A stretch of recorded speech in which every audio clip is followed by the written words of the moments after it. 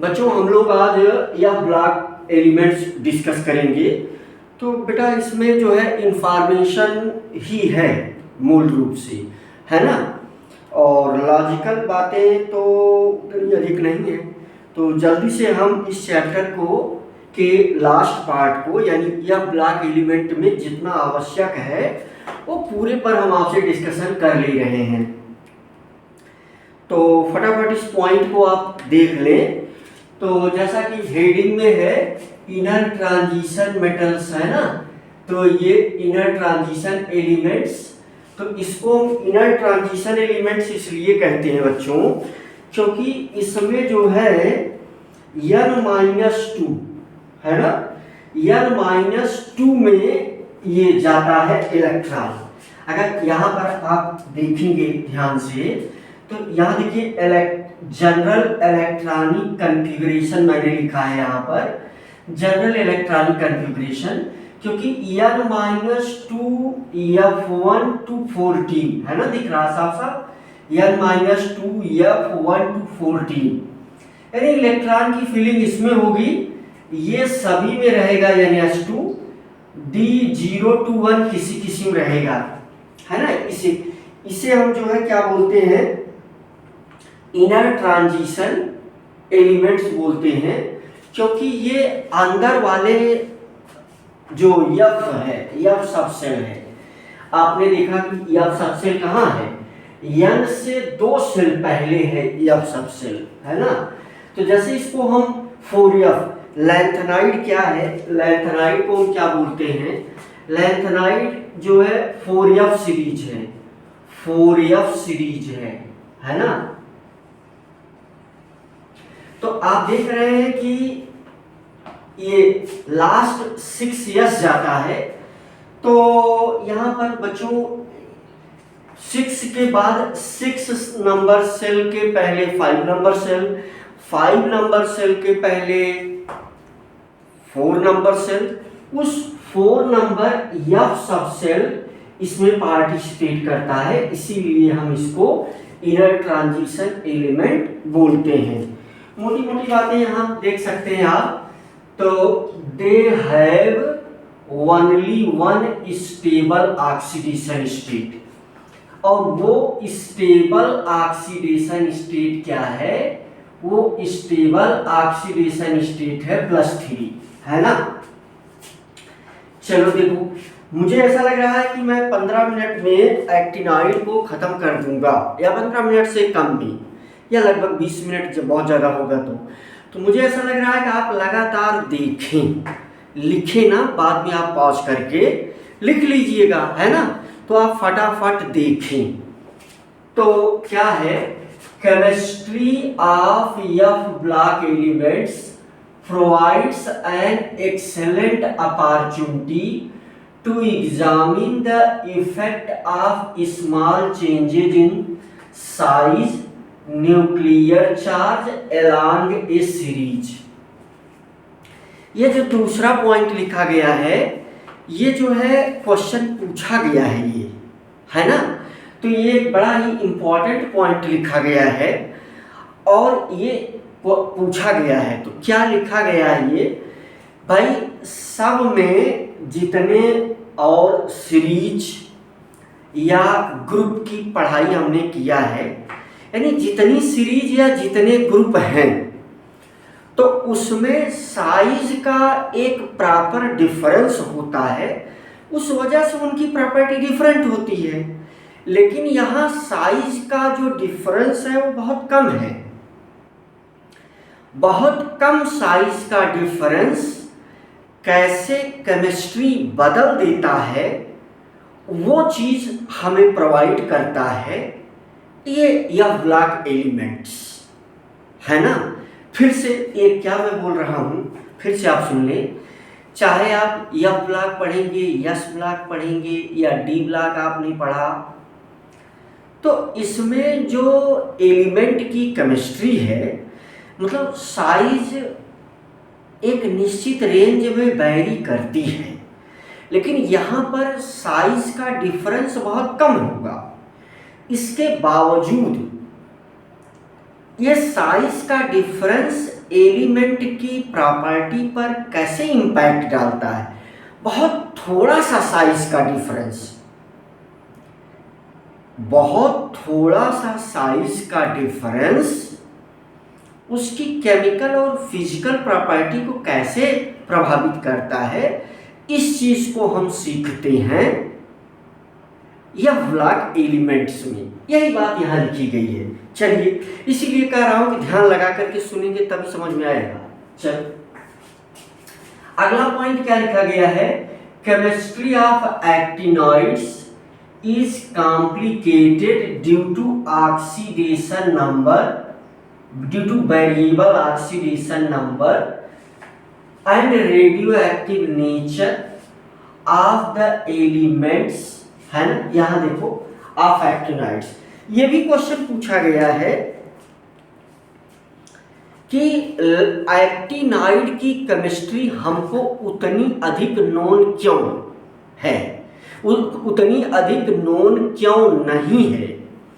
मतलब सीधा सीधा ये है मामला, क्वेश्चन ये है कि एक्टिनॉइड्स की केमिस्ट्री हम उतना अधिक क्यों नहीं जानते हैं। तो हम इसलिए नहीं जानते हैं क्योंकि एक्टिनॉइड में वेरिएबल यानी ऑक्सीडेशन स्टेट बहुत ज़्यादा वेरी करेगा, यानी अलग अलग होगा। और एक्टिनॉइड्स का मैक्सिमम मटेरियल क्या है, एक्टिनॉइड्स का मैक्सिमम मटेरियल क्या है, वो रेडियो एक्टिव है। इस वजह से उसकी केमिस्ट्री हमको कम पता है। जनरल इलेक्ट्रॉनिक कन्फिग्रेशन क्या है, N-2 F 1 to 14 कामा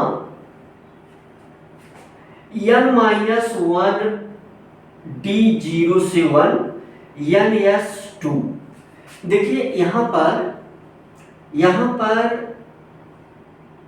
है ना, लैंथनम और एक्टिनियम, यानी यहाँ पर La, ये बात याद रखना है आपको, यहाँ पर La, ये बात आपको याद रखना है, दिमाग लगाओ। यहाँ पर La एंड AC, ये दोनों यह ब्लॉक एलिमेंट नहीं है, फिर भी उनको उनके साथ, क्योंकि ये लीडिंग एलिमेंट है, La भी लीडिंग एलिमेंट है, AC भी लीडिंग एलिमेंट है, इसी वजह से लैंथेनाइड और एक्टिनाइड पड़ा। लेकिन यह ब्लॉक एलिमेंट नहीं है। इनकी स्टडी इनके साथ कर ली जाती है क्योंकि इनकी प्रॉपर्टी मैच करती है ना। अब यहाँ पर जनरल इलेक्ट्रॉनिक कन्फिग्रेशन, अब हम बात करेंगे लैंथेनाइड की। तो लैंथेनाइड को ही हम क्या बोलते हैं, 4F सीरीज। 5 पॉइंट में इसका पूरा डिस्कशन हम कर देंगे जल्दी से। इलेक्ट्रॉनिक कन्फिग्रेशन में सभी में 6s2 आता है, जैसे आप यहां से देख सकते हैं। देखो 6s2 6s2 6s2 6s2 6s2 6s2 6s2 6s2 6s2 6s2 6s2 6s2 6s2 6s2 6s2 सभी में आता है। ये चीज आप देख रहे हैं। और क्या मैंने लिखा है इलेक्ट्रॉनिक कन्फिग्रेशन में, ट्राई पॉजिटिव में Fn जो है 1 to 14 है। ये आप देख लें, ये है हमारे पास क्या, ट्राई पॉजिटिव वाला मामला है ना। अब देखो आप, ये तो लैंथनम है पहला वाला, फिर दूसरा देखो ये सीरियम 4F1, फिर सीरियम के बाद प्रासोडाइनियम 4F2, ये 3+ चल रहा है। फिर देखो नियोडाइनियम 4F3, फिर प्रोमीथियम 4F4, फिर है ना समेरियम 4F5, फिर यूरोपियम 4F6, फिर गैडोलिनियम 4F7, फिर टर्बियम 4F8, फिर डिस्प्रोसियम 4F9, फिर होल्मियम 4F10, फिर आर्बियम 4F11, फिर थुलियम 4F12, फिर यटर्बियम 4F13, फिर ल्यूटेशियम 4F14। इसमें क्या देखा आपने? इसमें देखा 1 2 3 4 5 6 7 8 9 10 11 12 13 14, एक क्रम चला आ रहा है, इसमें कोई डिस्टरबेंस ही नहीं था, इसलिए वो ट्राई पॉजिटिव है ना। जैसे इस वाले में क्या है मामला, इस वाले में जैसे ND3+ है, यहां पर क्या है ND3+ है, Ce3+ है ना, ये मामला ध्यान रखना है, इसीलिए इसको लिख दिया गया। बहुत थोड़ा थोड़ा वेरिएशन है, तो उस चीज को हम लोग जो है क्या करेंगे, लर्न कर लेंगे, जैसा कि इलेक्ट्रॉनिक कॉन्फ़िगरेशन के विषय में शुरू में भी हमने बताया था। चलो इलेक्ट्रॉनिक कॉन्फ़िगरेशन वाली बात यहाँ करके कुछ याद ही करवा देते हैं। जैसे देखो पहला एलिमेंट ये जो सीरियम है, पहला वाला, तो इसमें D1 है, फिर गैडोलियम में जो है D1 है, ये गैडोलियम में देख लो D1 है, और फिर D कहां आएगा, ल्यूटेशियम में D1 आएगा, और कहीं D1 है नहीं, मुझे लग रहा है कि आपको, और सब में क्रम से भरा गया है और बहुत इजी है। ये आप स्मॉल लेटर में लिखेंगे, पहला वाला वही लेटर आप कैपिटल लेटर में लिखेंगे, है ना। मैं एक बार पढ़ दे रहा हूं, lanthanum, cerium, praseodymium, neodymium, promethium, samarium, europium, gadolinium, terbium, है ना, dysprosium, holmium, erbium, thulium, ytterbium, lutetium. मैंने एक बार पढ़ दिया, सब आप स्मॉल लेटर लिखेंगे, आपको स्पेलिंग आराम से पढ़ने में आए, इसलिए ऐसा हमने लिखा है। अब हम लोग बात करेंगे किसकी, अब हम लोग बात करेंगे एटॉमिक एंड आयनिक साइज की। तो यहां मुझे लग रहा है एटॉमिक एंड आयनिक साइज में लेफ्ट टू राइट चलने पर, यानी सीरीज में, यहां सीरीज में लेफ्ट टू राइट सीरीज में ही चलेंगे। हम किसकी स्टडी कर रहे हैं, 4F सीरीज की स्टडी कर रहे हैं, लैंथेनॉइड्स। तो एटॉमिक रेडियाई डिक्रीज करेगी, रीजन उसका सिंपल सा है, 4F की पुअर शील्डिंग यहां पर भी है ना, और लेफ्ट जो चलने पर जो है डिक्रीज करेगा। ऑक्सीडेशन स्टेट बड़ा ही इंपॉर्टेंट है, इसलिए ऑक्सीडेशन स्टेट में जितने भी पॉइंट लिखे गए हैं, वैसे तो हर पॉइंट यहाँ का क्वेश्चन है बच्चों। तो देख लो ऑक्सीडेशन स्टेट की चर्चा हम लोग करने वाले हैं। देखो ये है lanthanum second and Yellen third. Yellen third का मतलब सारे 14 एलिमेंट, येलन थर्ड का मतलब सभी 14 एलिमेंट, कौन कौन से, सीरियम से लेकर के 58 से लेकर के 71 तक, कितना, 1 2 3 4 5 6 7 8 9 10 11 12 13 14, ठीक है। ये है येलन थर्ड। ये +2 एंड +4 आयन भी सॉलिड और सॉल्यूशन दोनों में शो करते हैं, है ना। +2 और +4 सॉलिड में भी करेंगे, सॉल्यूशन में भी करेंगे, है ना। सीरियम जो है वो देखो यहां क्या लिखा है, सीरियम, सीरियम +4 कहां शो करेगा, +4 क्यों शो करेगा, क्योंकि +4 शो करता है तो ये नोबेल गैस जैसा कॉन्फ़िगरेशन प्राप्त कर लेता है। +3 जो शो करता है तो ये इसका कॉमन ऑक्सीडेशन स्टेट है। ये बात याद रखने वाली है कि कॉमन ऑक्सीडेशन स्टेट यहां पर भी शायद लिखा गया है +3। यानी +3 जो है सारे एलिमेंट का कॉमन ऑक्सीडेशन स्टेट है ना। तो +3 लिखा गया है कॉमन ऑक्सीडेशन स्टेट। लेकिन ऐसा नहीं कि उसी में पाया जाएगा, +2 +4 में भी होगा। यहां पर देखो आप बच्चों, एक पॉइंट हमने लिखा है, standard electrode potential C4+ C3+, इसकी वैल्यू प्लस में आ रही है, +1.74। इसकी मीनिंग क्या है? इट कैन ऑक्सीडाइज वाटर, ये वाटर को भी ऑक्सीडाइज कर सकता है ना। पॉइंट बड़ा ही इंपॉर्टेंट है। Sm2+ Eu2+ Tm2+, है ना, Samarium2+, यूरोपियम 2+, थुलियम 2+, यटरबियम 2+, ये रिडक्टेंट के जैसे काम करते हैं, रिड्यूसिंग एजेंट के जैसे काम करते हैं। मतलब ये अपना इलेक्ट्रॉन दूसरे को दे देते हैं, ये रिड्यूसिंग एजेंट के जैसे काम करके सब +3 बना लेंगे।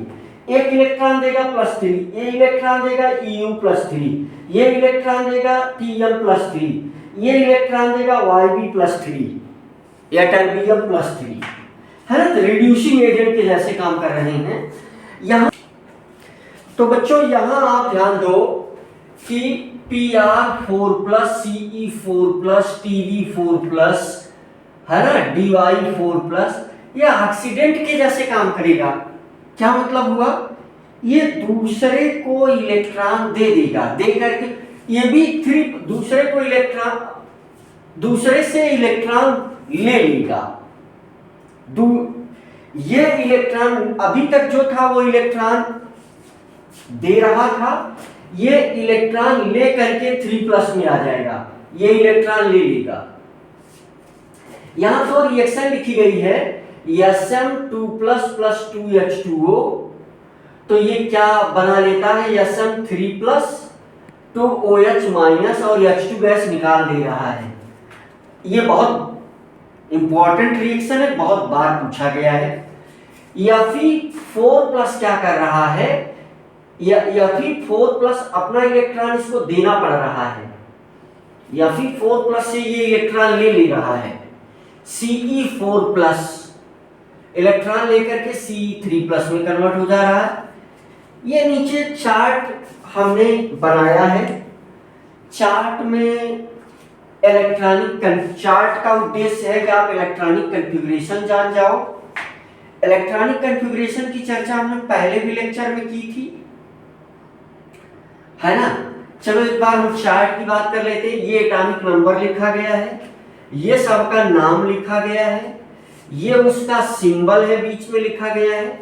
ये इलेक्ट्रॉनिक कॉन्फ़िगरेशन Ln का है। Ln का मतलब सारे लैंथेनाइड, है ना। तो मामला क्या है? मामला ये है कि लैंथनम का भी साथ साथ में ले लिया गया है। तो यहां से जो है ये इलेक्ट्रॉनिक कॉन्फ़िगरेशन लिखा गया है, जो आपको याद होना चाहिए। और मुझे लगता है कि बहुत सिंपल है, किसी का पूछा जा सकता है। एक बार पूरा नाम लिखेंगे तो दिमाग में चीजें थोड़ा थोड़ा बैठेगी। ये Ln2+ है। Ln2+ का मतलब Ce2+, है ना, Pr2+, Nd2+, Pm2+, ये 2+ का लिखा गया है। ये 3+ बड़ा इंपॉर्टेंट है, लिखा गया है। इसमें कुछ का कलर भी लिखा गया है ना। जैसे La3+ कलरलेस है, Cl कलरलेस, देखो ये कलरलेस लिखा है ना। या कुछ ही का याद करना है, जैसे Pr3+ का ग्रीन है ना, Nd3+ का पिंक है, Sm3+ का येलो है ना, Eu3+ का लाइट पिंक है, Tb3+ का लाइट पिंक है ना, Dy3+ का येलो है, देखो Er3+ का पिंक है, Tm3+ का ग्रीन है ना, और ल्यूटेशियम है ना, Ru3+ का कलरलेस है, Cl कलरलेस। सिंपल सी बात है, क्योंकि यहाँ F के इलेक्ट्रॉन, जैसा आपने डी ट्रांजिशन में देखा था, यहाँ भी F के बीच में ट्रांजिशन पॉसिबल नहीं है, इसलिए जो है ये कलरलेस है। कलरलेस वही है, एक कलरलेस है क्योंकि इलेक्ट्रॉन का ट्रांजिशन संभव नहीं है, जैसे डी में आपने देखा था, है ना। अब यहाँ पर जनरल कैरेक्टरिस्टिक्स, जो अगला पॉइंट हम लोग देखने वाले हैं, जनरल कैरेक्टरिस्टिक्स। अभी अगर हम इसकी बात कर ले, थोड़ा सा इसकी बात कर सकते हैं, तो यहां हम एटॉमिक रेडियाई में Ln का मतलब सारे वो 15 एलिमेंट, और Ln3+ में देखिए लगातार घट रहा है मामला, है ना। 106, 103, 101, ये पिकोमीटर में रेडियाई दी गई है। यहां पर मामला आप देखेंगे तो, है ना, यहां पर मामला Ln में कुछ मामला डिस्टरबेंस है। देखिए यहां पर 180 है, यहां 99 हो गया। किसका केस आ गया? यूरोपियम का केस आ गया, है ना। फिर देखिए आप गाइडोलिनियम में 180 आ गया। कैसे इसको एक्सप्लेन किया जाएगा? 180 यहां भी है, देखिए 180, 199, ये काफी बड़ा हो गया है ना साइज। यहां एक निश्चित आर्डर नहीं है। इन चीजों को कैसे एक्सप्लेन किया जाएगा? वही हाफ फील्ड, और है ना, जैसे यूरोपियम में आप देखेंगे, है ना, EU, तो यहाँ 4F7 है, इसकी पुअर शील्डिंग है, लेकिन ये क्या हुआ? फुलफिल्ड। देखो ये वाला पूरा फील्ड का केस है, यस तो फील्ड है, ये अब भी फील्ड है। अब ये फील्ड वाला जो है, अगर याद करो, क्या याद करो, मैंने कहा था कि जब हम पीरियोडिक टेबल में लेफ्ट टू राइट बढ़ते हैं, तो जब स्टेबल कॉन्फ़िगरेशन का मामला आ जाता है तो साइज एकाएक बढ़ जाती है। यानी हर पीरियड में सबसे बड़ा जो साइज है वो उसके नोबल गैस का ही है। क्यों सबसे बड़ा साइज है? क्योंकि स्टेबल कॉन्फ़िगरेशन प्राप्त कर लिया। वही लॉजिक यहाँ भी लगा दो, वही लॉजिक यहाँ पर भी लगा दो। देखो यूरोपियम में ये पूरा फुलफिल है, Ln के केस में ये पूरा फुलफिल है, Ln वाला यूरोपियम में, है ना, ये वाला मामला बन रहा है। ये भी फुलफिल, ये भी फुलफिल, साइज बहुत ज्यादा हो गया, है ना, साइज जो है ये का बहुत ज्यादा हो गया। यहां देखो मामला फुलफिल वाला गड़बड़ हुआ तो साइज कम हुआ, है ना। तो ऐसा कुछ चला, यहां पर एक आर्डर ही है इसलिए ये दे दिया गया। तो ये चार्ट की बात की गई। अब जनरल प्रॉपर्टी कैरेक्टरिस्टिक्स में कुछ याद करने वाले पॉइंट हैं जिसको हम फटाफट देखते हैं, पढ़ते हैं। मैंने रिक्वेस्ट आपसे किया था कि आप ध्यानपूर्वक सिर्फ देखें पहली बार में, फिर दूसरी बार में जूम करके आप लिखें। वहां पर YouTube में भी व्यवस्था है, जूम हो जाएगा। जूम करने पर, वैसे तो जूम करके मैं इसकी रिकॉर्डिंग कर रहा हूं, लेकिन फिर भी आप जूम करेंगे तो जूम भी होगा, और आप पॉज करके लिखें भी। स्पेलिंग बहुत क्लियर कट नजर आती है जब हम पीछे से कैमरे में देखते हैं, तो उम्मीद है कि स्पेलिंग में प्रॉब्लम आपको नहीं होगी। तो यहाँ कुछ पॉइंट है जनरल कैरेक्टरिस्टिक्स में, सारे पॉइंट क्वेश्चन है, पहले बता चुका हूं। यहां आप देखें, all the lanthanoids are silvery white soft metals and tarnish rapidly in air, है ना, सॉफ्ट व्हाइट मेटल है और ये गंदा हो जाएगा, टार्निश हो जाएगा तेजी से हवा में, इन एयर। चल अगली बात क्या बता रहा है? हार्डनेस इंक्रीज करेगा जैसे जैसे इसका एटॉमिक नंबर इंक्रीज करेगा। और समैरियम जो है वो स्टील के जैसा हार्ड है। इसका जो है ना, इसका जो मेल्टिंग पॉइंट है समैरियम का, वो देखिए 1623 केल्विन है। और यहां पर कितना है मेल्टिंग पॉइंट? 1000 केल्विन से लेकर के 1200 केल्विन। अब ये सारे लैंथेनाइड यानी 14 element good conductor of heat and electricity के अच्छे कंडक्टर हैं। ये नियोडाइमियम जो है वो मोस्ट पैरामैग्नेटिक है। नियोडाइमियम है ना, नियोडाइमियम जो है कहाँ है? नियोडाइमियम जो है वो सबसे अधिक पैरामैग्नेटिक है।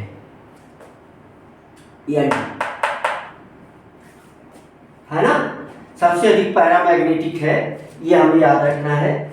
अगली बात बड़ी इंपॉर्टेंट है। फर्स्ट आयनाइजेशन इंथैल्पी ये लगभग 600 किलो जूल पर मोल के अराउंड है। सेकेंड आयनाइजेशन इंथैल्पी किसके लिए है? ये सारे एलन सभी 14 एलिमेंट के लिए है ना। और थर्ड मतलब ये चीज क्या दिया गया है? ये कैल्शियम के जैसे है। कैसे है? कैल्शियम के जैसे है।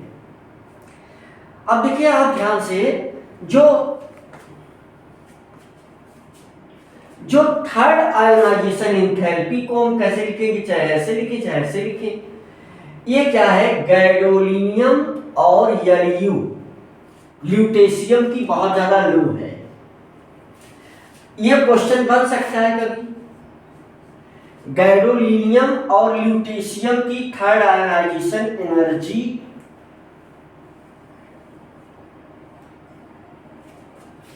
है ना, थर्ड आयोनाइजेशन एनर्जी,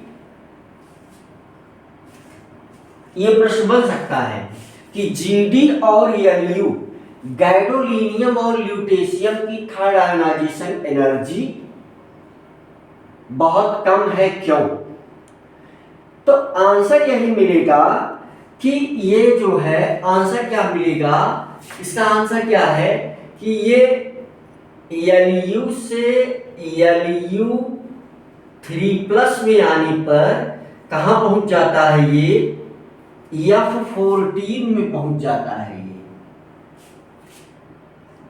ये F14 में पहुंच जाता है ना।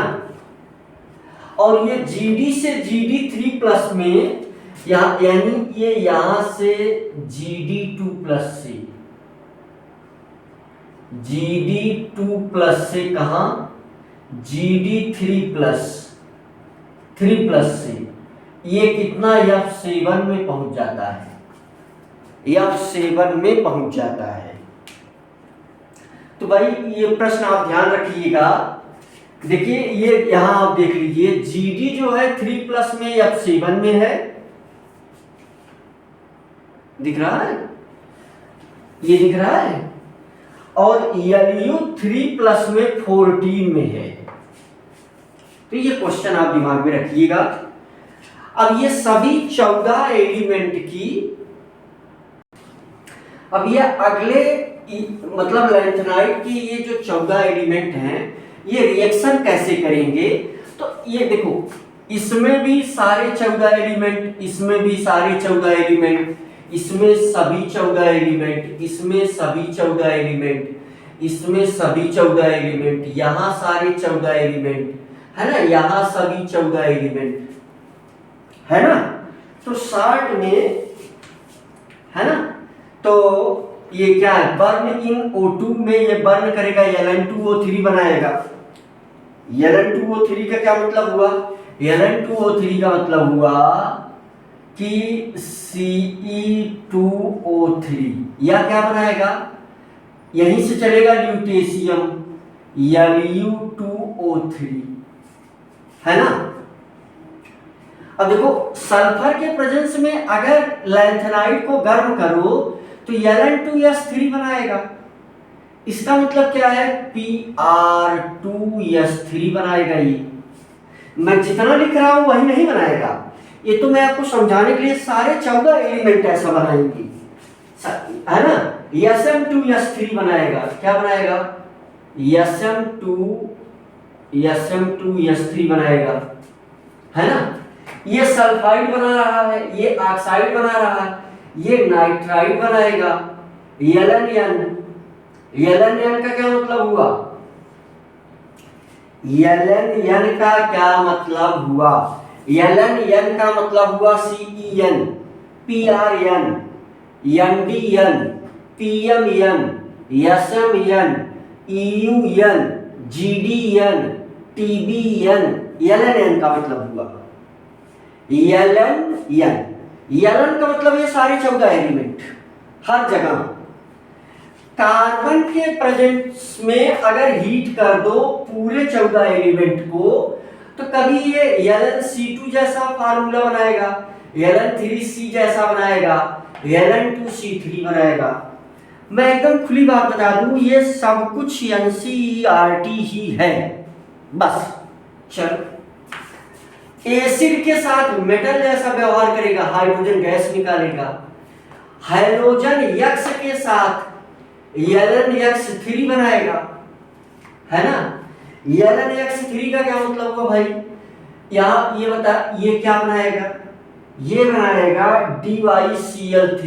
क्या बनाएगा, DyCl3 बनाएगा, है ना। ErCl3 बनाएगा, ErCl3 बनाएगा। अर्बियम ट्राइक्लोराइड, है ना। पानी के साथ LnOH थ्राइस बनाएगा, पानी के साथ LnOH थ्राइस बनाएगा, है ना। सारे 14 एलिमेंट, ये है जनरल रिएक्शंस ऑफ लैंथेनाइड, है ना, ये चार्ट। अब देखो आप, La3+ में 4F0 है, Lu3+ में 4F14 है, यानी इन दोनों में अनपेयर्ड इलेक्ट्रॉन तो है नहीं, इन दोनों में अनपेयर्ड इलेक्ट्रॉन नहीं है, इसलिए डायमैग्नेटिक है। सभी Ln3+ पैरामैग्नेटिक है। देख लो, ये क्या क्या बात किया गया अभी अभी, ये देख लो, है ना। और कहां देख लो, ये वाला देख लो, ठीक है। इस 3+ वाली कहानी यही है। इस 2 को अगर हम छोड़ दें तो बाकी सब क्या है, पैरामैग्नेटिक है। यही 2 क्या बन रहे हैं, यहां पर डायमैग्नेटिक बन रहे हैं, है ना। तो देखो यहां अगला है सारे लैंथेनाइड के फ्लोराइड, ऑक्साइड, हाइड्रोक्साइड, फास्फेट्स, है ना, कार्बोनेट्स, और क्या है, क्रोमेट्स, और क्या है, ऑक्जेनेट्स। ये सब वाटर इनसॉल्युबल है। और इसका chloride, bromide, iodide, nitrate, sulphate, acetate, perchlorate, bromate, ये सब क्या है, वाटर सॉल्युबल है ना। जैसे ये क्या है, नाइट्राइड है, ये क्या है, कार्बाइड है ना। ये क्या है, क्लोराइड है, हैलाइड है। ये क्या है, ऑक्साइड है। ये क्या है, सल्फाइड है। ये क्या है, हाइड्रोक्साइड है। ऐसे ये भी है सब। अब 5वां पॉइंट जनरल प्रॉपर्टी की बात हो गई। यूजेज हम देखेंगे, हम क्या देखने वाले हैं, यूजेज, है ना, यूजेज देखेंगे। तो यूजेज में हमेशा सब क्वेश्चन पूछा गया है। मिस मेटल की बात है। मिस मेटल में 95% लैंथेनाइड मेटल होता है, 5% आयरन है, ट्रेसेस यानी बहुत थोड़ी सी मात्रा में, भाई अगर जोड़ोगे तो 100% तो यही हो गया, तो बचा क्या, लेकिन बहुत थोड़ी मात्रा में सल्फर है, कार्बन है, कैल्शियम है, एल्युमिनियम है। अब देखो यहां पर क्या है, मिस मेटल और मैग्नीशियम, इससे जो एलॉय बनेगा, इन दोनों को मिस मेटल मतलब ये मेटल, इसको मिला देंगे क्या बनेगा, एलॉय बनेगा। इस एलॉय से क्या बनाया जाता है, बुलेट, गोली जो दागते हो तुम, है ना। सेल बनाया जाएगा, सेल का मतलब कवर बनाया जाएगा, है ना। और क्या बनाया जाएगा, लाइटर फ्लिंट बनाया जाएगा, लाइटर फ्लिंट, ठीक है। और देखो मिक्स्ड ऑक्साइड, ध्यान दो, ये जो मिक्स्ड ऑक्साइड ऑफ लैंथेनाइड है, ये देखो किसके रूप में यूज होगा, कैटलिस्ट के रूप में यूज होगा। किस काम में आएगा, पेट्रोलियम क्रैकिंग के काम में आएगा, पेट्रोलियम क्रैकिंग, ठीक है। आगे देखो, एलन ऑक्साइड मतलब सारे 14 element are used as phosphors in television screen and similar flourishing surface. क्या कहा इसने कि ये टेलीविजन स्क्रीन में यूज होगा और चमकदार स्क्रीन को दिखाएगा, है ना। Cerium oxide is used to prepare sunglass, sunglass को बनाने में सीरियम ऑक्साइड का यूज होता है। As cerium cuts off OFF cuts off heat and UV rays, sunglass के रूप में यूज होता है जिससे हमें फायदा मिलता है। और ये हमने बात कर लिया मोटे तौर पर लैंथेनाइड की। एक बात याद रखना हमारी कि ये जो लैंथेनाइड हैं, तो याद रखने वाली क्या एक बात है कि ये लैंथेनाइड्स जो है इनकी प्रॉपर्टी अल्कलाइन अर्थ मेटल के सिमिलर होती है भाई। और क्या है, ये कैल्शियम से थोड़ा सा ज्यादा इसकी प्रॉपर्टी मैच करती है। तो ये बात हमें याद रखना है। आप जो है जूम करके ये पूरा देख सकते हो, वैसे हमने जूम करके जो है रिकॉर्डिंग भी किया है। तो स्पेलिंग कहीं भी आपको जहां संदेह हो तो आप बड़ा करके देख सकते हो। तो ये हमने खत्म कर लिया लैंथेनाइड्स। अब हम डिस्कस करेंगे एक्टिनॉइड्स का।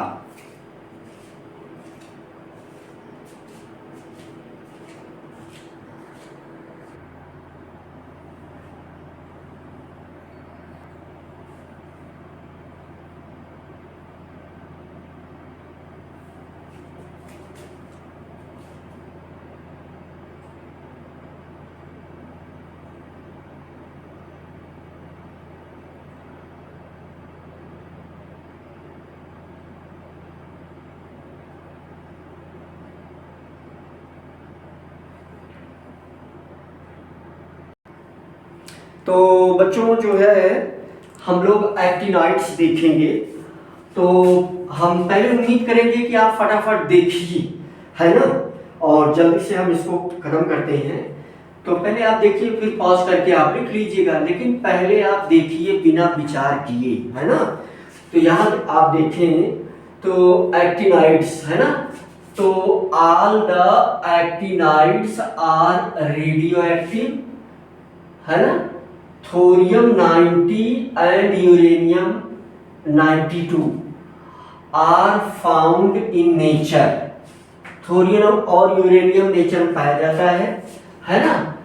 The elements after uranium are called transuranic elements, है ना। तो यहां से मैं इस चीज को पढ़ देता हूं। ये चार्ट जो है हमारे लिए इंपॉर्टेंट है ना। तो यहां से आप एटॉमिक नंबर 89 से 90, 91, 92, 93, 94, 95, 96, है ना, यहाँ से 103, है ना।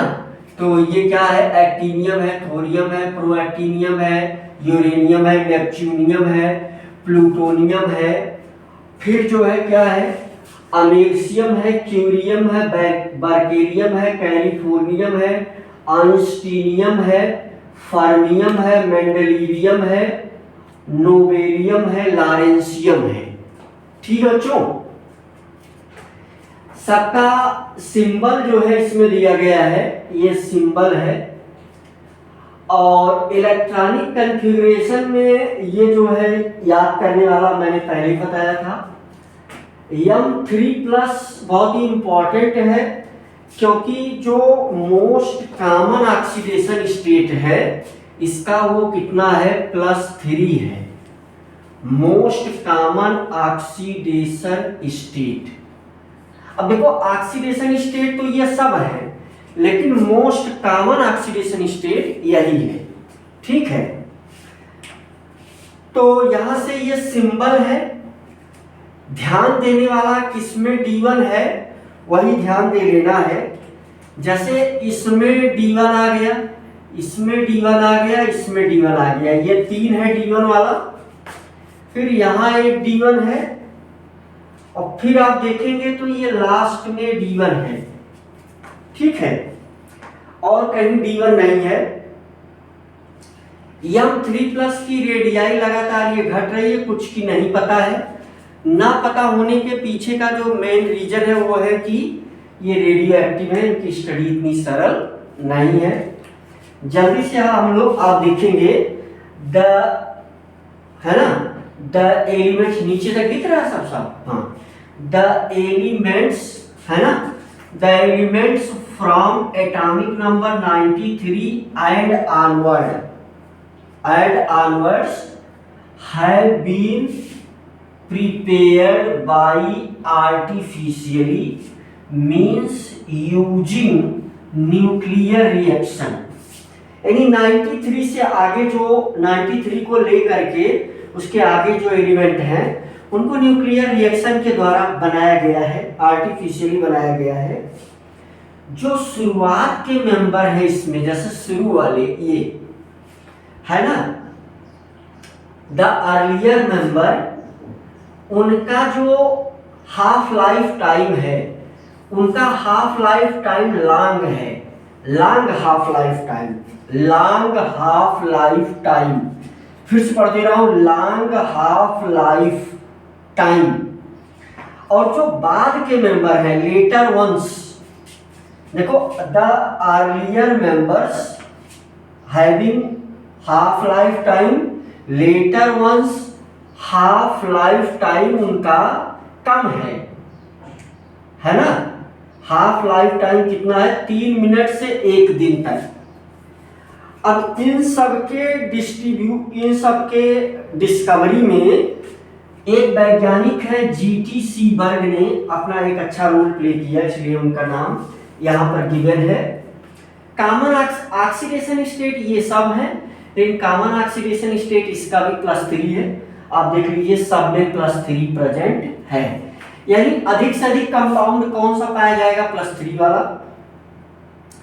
अब तो बच्चों इलेक्ट्रॉनिक कॉन्फ़िगरेशन देखो, जनरल इलेक्ट्रॉनिक कॉन्फ़िगरेशन क्या है, 5F114, 6D022, 7S2। ठीक है, because energies of 5F and 6D subcells are very close to each other, that is why there is no, है ना, general rule for filling electrons in them.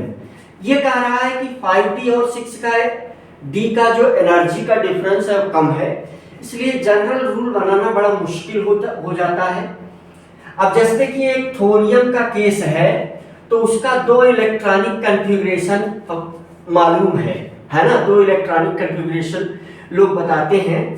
एक तो कहते हैं कि F में 0 रहेगा और एक कहेंगे F1 रहेगा, है ना। तो दोनों इलेक्ट्रॉनिक कॉन्फ़िगरेशन आपको दिख रहे हैं, यानी क्लियर कम है थोड़ा सा। फिजिकल प्रॉपर्टीज में actinides are silvery white metal, यामी का मतलब metal. Melting point, boiling point इनका जो है हाई है, लेकिन ये मेल्टिंग पॉइंट, बॉइलिंग पॉइंट जो है वो ट्रांजिशन मेटल से कम है। ट्रांजिशन मेटल से इनका but lower than transition metal, है ना। Except thorium and americium, other member की डेंसिटी ज्यादा है, यानी थोरियम और अमेरिशियम की डेंसिटी कम है। ये सारे हाईली इलेक्ट्रोपॉजिटिव नेचर के होते हैं। एटॉमिक रेडियाई की बात करें तो left to right atomic radii घटेगी ही। रीजन सिंपल सा है कि पुअर 5f शील्डिंग है ना।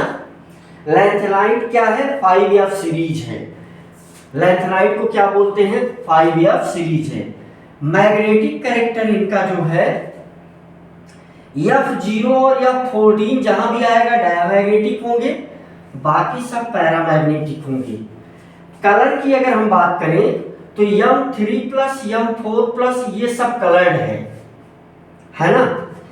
F2 F5 है ना, ये 5F2 5F3 5F4 5F5 है ना, 5F6।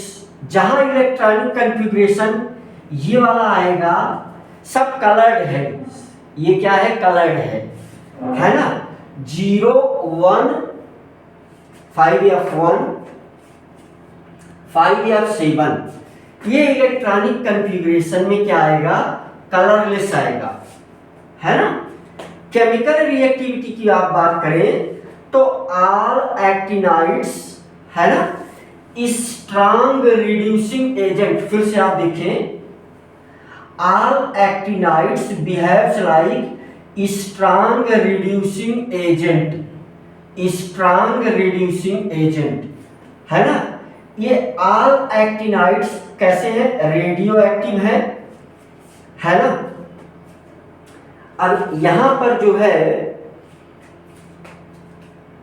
इनकी जो केमिकल प्रॉपर्टी है ना, इनकी जो Cp का मतलब केमिकल प्रॉपर्टी, इनकी जो केमिकल प्रॉपर्टी है वो एक्टिनाइड और लैंथेनाइड की लगभग केमिकल प्रॉपर्टी सेम है, यानी जैसा आपने उसमें देखा था।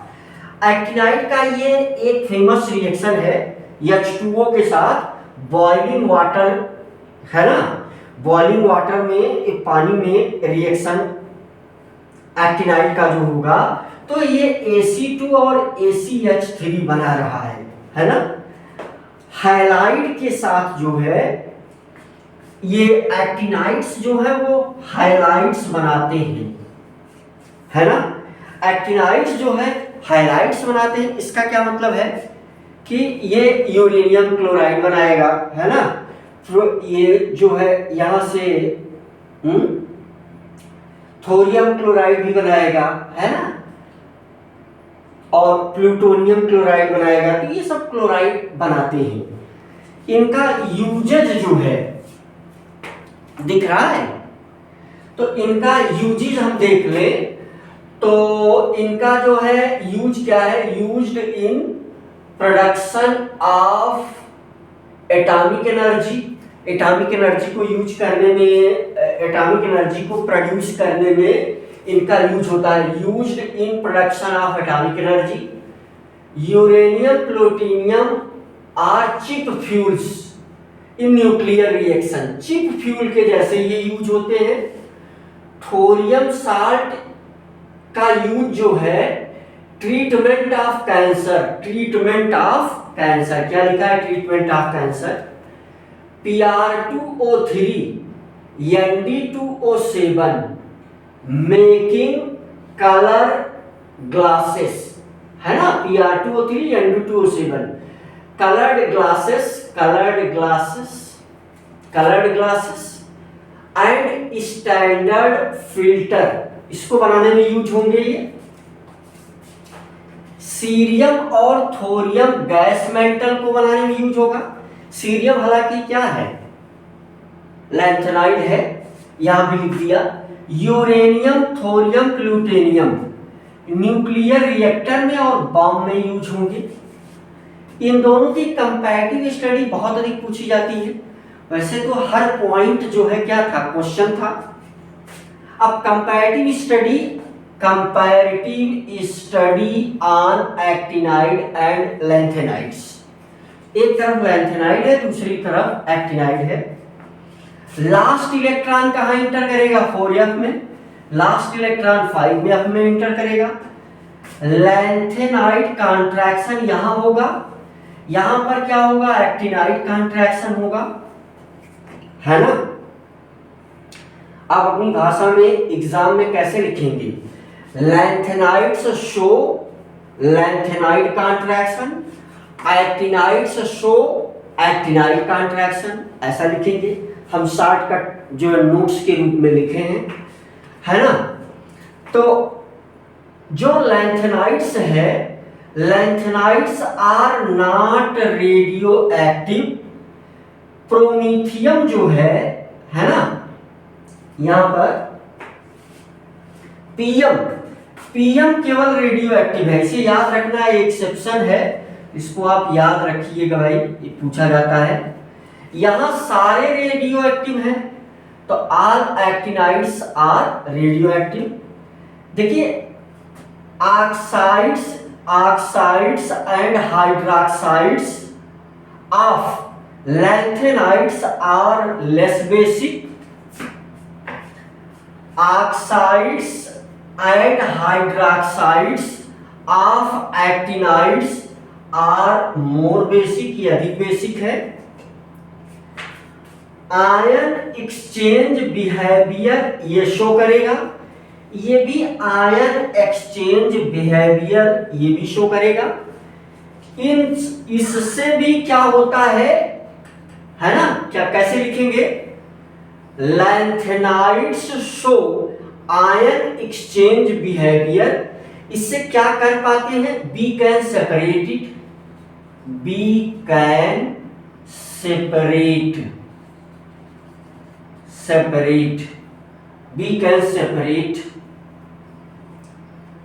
These elements. यहां भी वही लाइन लिखा जाएगा, we can separate these elements, यहां भी वही, यहां भी सब कुछ वही, है ना। तो वैसे तो बच्चों जो है ये चैप्टर तो हम लगातार पढ़ते रहते हैं, भाई चैप्टर बहुत बड़ा है। तो क्वेश्चन की प्रैक्टिस जो है आप करिएगा। हमारी तरफ से ये चैप्टर डी एंड या ब्लॉक एलिमेंट्स यहाँ पर खत्म हो जाता है ना। हमने पूरा प्रयास किया है।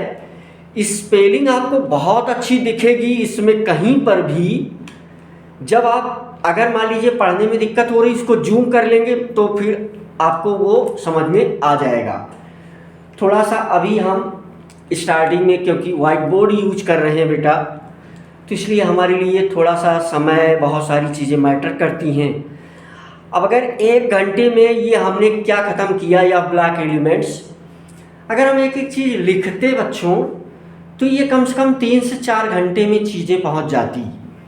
तो आप थोड़ा ध्यान दे करके ये नोट्स आप बनाएंगे और क्वेश्चन प्रैक्टिस करेंगे। हमारी तरफ से ये चैप्टर ख़त्म हो चुका है ना। हम किसी दिन जेईई और नीट के क्वेश्चन की प्रैक्टिस हम इस चैप्टर पर करवा देंगे। फिलहाल अभी जो हम अगला चैप्टर केमिस्ट्री में शुरू करेंगे वो हैलो एल्केन एंड हैलो अरियंस। तो ये चैप्टर यहीं पर समाप्त होता है। एनसीईआरटी की का क्वेश्चंस प्रैक्टिस ज़रूर करें, है ना। जेईई नीट के कुछ क्वेश्चन हमने शुरुआत में करवाए थे, हम और कुछ क्वेश्चन लेकर के कुछ एक आध वीडियो और बना देंगे इस पर। लेकिन मुख्य रूप से हम ये कह सकते हैं कि ये चैप्टर हमारी तरफ से ख़त्म हो चुका है, राइट।